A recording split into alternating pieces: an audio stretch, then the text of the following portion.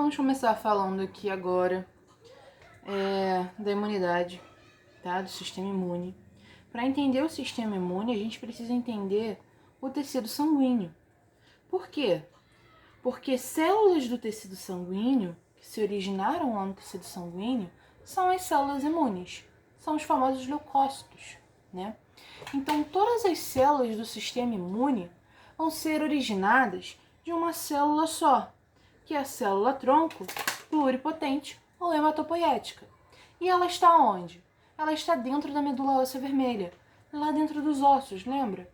Então aqui a gente vai ter a célula tronco pluripotente. Essa célula tronco, ela vai dar origem a duas linhagens diferentes. A linhagem linfóide e a linhagem mieloide.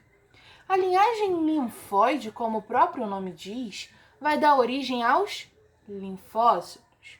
Além dos linfócitos, tanto T quanto B, também vai dar origem às células NK. Então, essa progenitora linfóide vai dar origem aos linfócitos e também às células NK. Beleza? Agora, a linhagem mieloide vai dar origem a todos os outros elementos do tecido sanguíneo. Então, nós vamos ter aqui os trombócitos, né, que vão ser ali fragmentos de células, que são as famosas plaquetas. Vamos ter aqui os eritrócitos, que são os glóbulos vermelhos.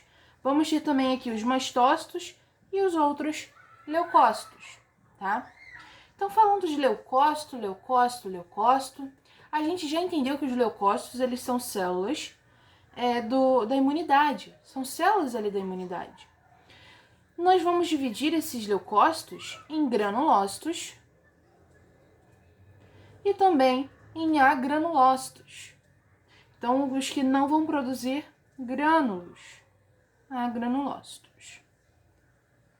Então, os granulócitos vão ser os neutrófilos, que vão ter a função de fazer uma fagocitose, só que quando eles fazem essa fagocitose, eles vão acabar morrendo. Eles são como kamikazes. Então, assim que eles fazem essa fagocitose, eles vão morrer, tá?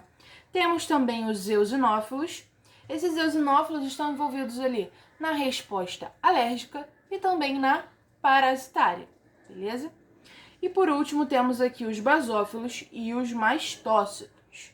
Os basófilos e mastócitos vão ter basicamente a mesma função, que vai estar envolvida ali nas reações alérgicas, principalmente da hipersensibilidade, e também nas reações inflamatórias, tá?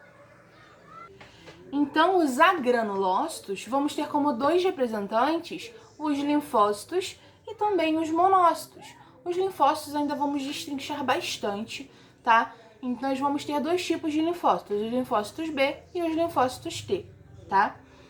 E os monócitos? Os monócitos também vamos falar bastante sobre ele durante a aula. Só que os monócitos, é interessante a gente saber que eles vão dar origem aos macrófagos.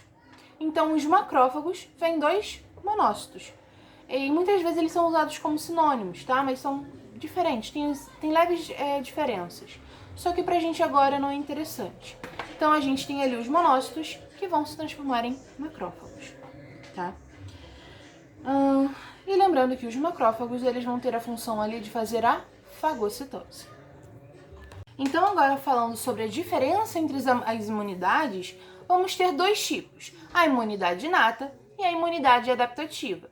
Quais são as diferenças entre elas? A imunidade inata é aquela que a gente já nasce com ela, é aquela que a gente não precisa aprender. Quais são os exemplos? Barreira cutânea, impede que patógenos entrem, impede que corpos estranhos entrem. E também temos as barreiras químicas, que possuem a mesma função. Caso passe dessas barreiras, nós temos também ainda a resposta da imunidade inata, através, por exemplo, da fagocitose. Olha aqui a constituição da imunidade inata.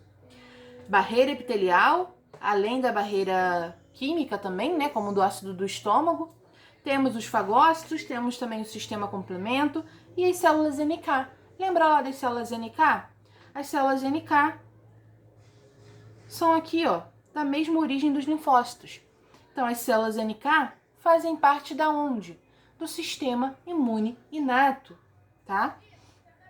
Agora, Quais são as características dessa imunidade inata?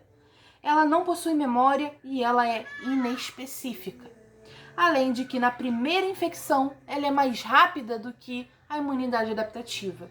E por que ela é mais rápida do que a imunidade adaptativa na primeira infecção? Porque a imunidade adaptativa, ela precisa aprender ainda a como se defender. Ela precisa aprender sobre aquele patógeno, tá?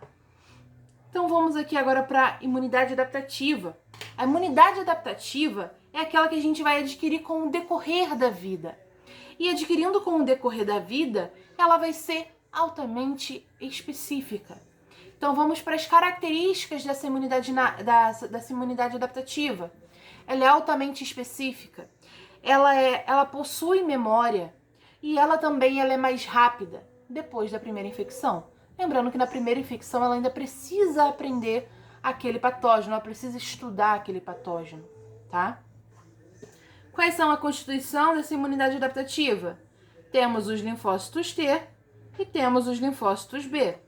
Os linfócitos T são aqueles que a gente vai chamar de TCD4 e TCD8. Vamos falar ainda mais a fundo sobre eles. Enquanto os linfócitos B vão produzir aqueles chamados anticorpos, tá? Mas também vamos falar mais a fundo sobre eles daqui a pouco. Então agora vamos conversar um pouquinho sobre a inflamação aguda. A inflamação aguda, ela é uma resposta que faz parte da inflamação inata.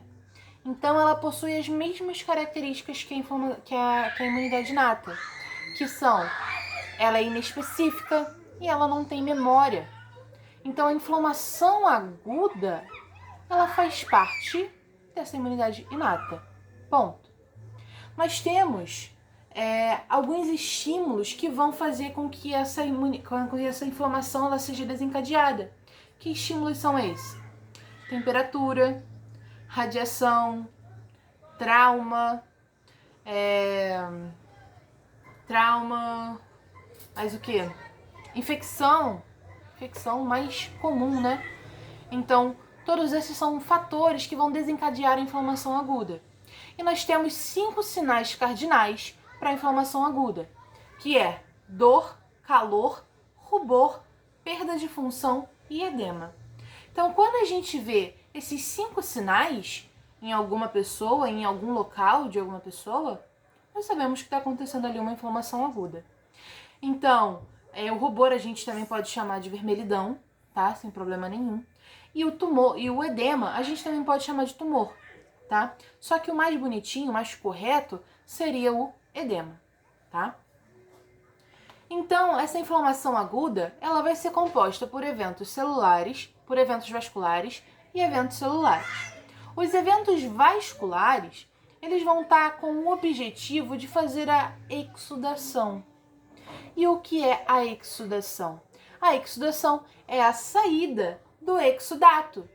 Lembrando que exudato é diferente de transudato.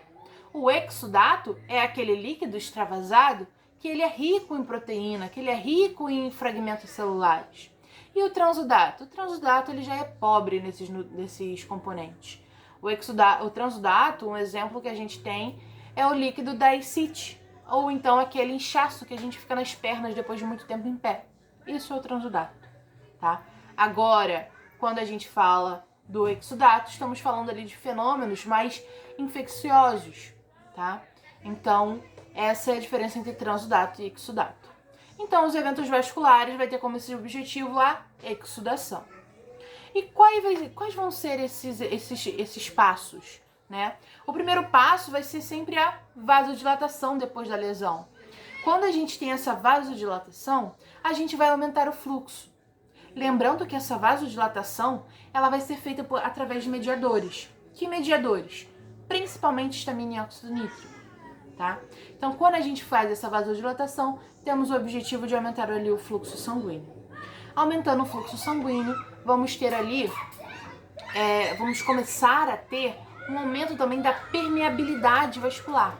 Essa permeabilidade vascular também vai ser desencadeada através de mediadores, por exemplo, a histamina, que vai fazer com que fique pronto para que aconteça a saída de células do vascular para o local da lesão, tá? Então, esses são os passos do evento vascular. Então, o evento vascular, vamos ter a vasodilatação, aumento do fluxo sanguíneo e depois aumento da permeabilidade vascular. Agora, nas etapas, nos eventos celulares, vamos ter como objetivo a diapedese. O que é a diapedese? É a saída do leucócito para o local da lesão, tá? Então, como é que isso vai acontecer? Primeiramente, vai acontecer a marginação, tá? Na verdade, primeiro vai acontecer a estase, que é meio como se fosse um engarrafamento dos componentes ali do sangue. Então, vai acontecer aquele engarrafamento. E esse engarrafamento, essa estase, vai fazer com que os leucócitos fiquem marginalizados, ou seja, fiquem quase que na bordinha aqui dos vasos sanguíneos. E então, proteínas selectinas e integrinas vão ser expostas, tá? E essas proteínas vão ter o objetivo de agarrar esse leucócito. Então, a primeira proteína que vai ser expressada, né, ativada, vai ser a selectina. Essa selectina vai permitir o rolamento. O que é o rolamento? Então, o leucócito ele está passando aqui. Quando ele passa por essa proteína aqui, a selectina, ele vai se agarrar. Só que a selectina ela é como aquele velcro velho, aquele velcro fraco. E esse velcro vai acabar descolando. Só que aí, esse leucócito vai achar outra selectina aqui. Então, ele estava aqui, foi, voltou. Aí ele vai para cá, pronto, vai se grudando nas várias selectinas. E isso é o fenômeno do rolamento. E o fenômeno do rolamento é para permitir a desaceleração desse leucócito, tá? Então, esse leucócito vai desacelerar. Assim que ele desacelera, vai ter expressada um outro tipo de proteína, que vai ser as integrinas. As integrinas, sim, vão ser aquele velcro forte, aquele velcro novo. E esse velcro vai ter como objetivo agarrar mesmo essa selectina, esse leucócito. Para quê? Para permitir a diapedese. Então, assim que esse leucócito encontra a integrina, ele vai conseguir fazer a diapedese, que é a passagem do vascular para o tecido lesado, beleza? Quando ele chega nesse tecido lesado, ele vai ali por meio ele vai ali por meio de estímulos quimiotáticos. Então, ele vai fazendo a quimiotaxia até o centro da lesão, até o local da lesão em si, para poder eliminar aquela lesão. Lembrando que o leucócito predominante na inflamação aguda será o neutrófilo, beleza? Então, é isso. Agora, quanto aos mediadores da inflamação aguda, é decoreba. Então, a gente tem que saber ali histamina, óxido nítrico, leucotrienos, prostaglandinas, mas isso eu vou tentar fazer uma tabela, para vocês terem isso mais fácil, tá?